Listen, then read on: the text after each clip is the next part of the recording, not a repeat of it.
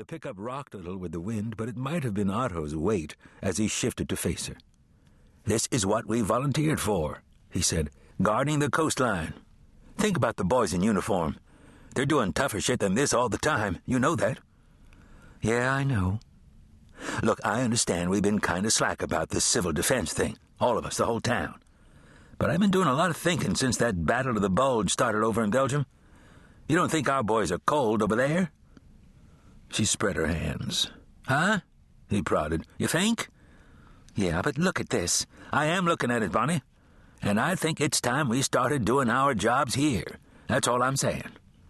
"But, Otto, geez Louise, nobody's doing nothing in this weather. You think the Germans are coming tonight? They're not gonna, okay? You and me are the only ones out in this. And that's a good thing. Come on, give me another kiss. It'll warm you up. You. All you think about is you. Come on." With a sigh, she considered him. "All right, come here." She gave him more than a peck. "Yeah, that a girl," he said, pulling back to sit straight again. His gut extended far enough to rub the steering wheel. "Hey." She wrinkled her nose at him, feigning annoyance that he wanted to get out of the pickup into this wintry, blustery night. "What?" she asked. "Look, I gotta ask.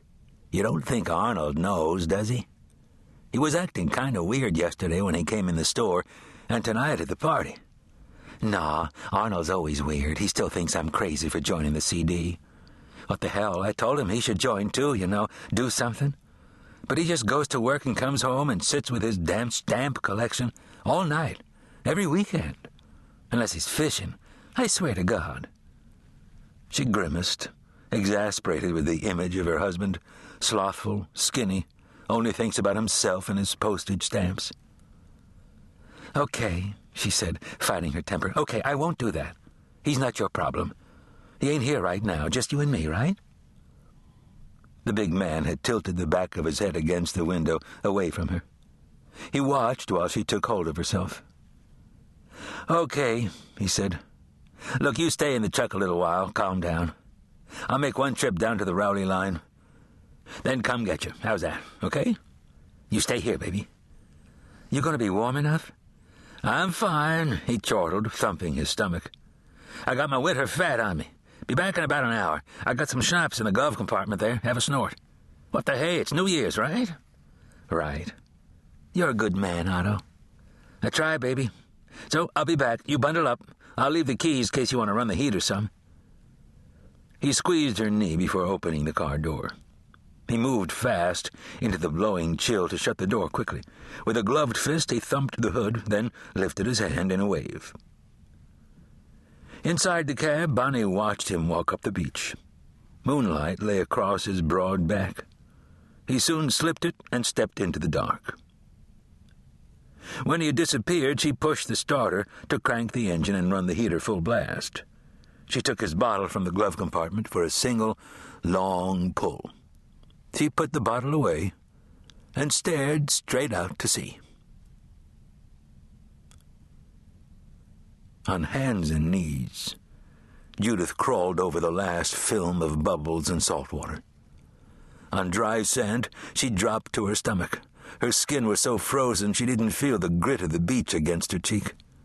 She closed her eyes and caught her breath, angry at the frigid water, but glad of the storm which blew her ashore. Without the waves sweeping her forward, she might not have made it.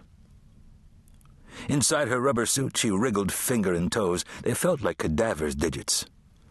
She hacked up a slime of mucus and salt, barely lifting her face to spit. Then she opened her eyes and rolled to her back, finding the knapsack there. She sat up and shrugged the straps from her shoulders. The pack was waterproof and difficult to pry open with clumsy hands inside thick gloves. With her teeth, she gripped one glove to pull it off and flexed her bare hand to flush blood to her fingers. The second glove came off with trouble, too. She kicked the fins from her feet and hurried with the knapsack. The soaked wetsuit sapped her body's remaining warmth on this icy beach. Her hands trembled. She needed dry clothes, quickly. The twin zippers of the pack slid reluctantly. Judith pinched the grips by sight, not by feel. Her fingertips relayed nothing.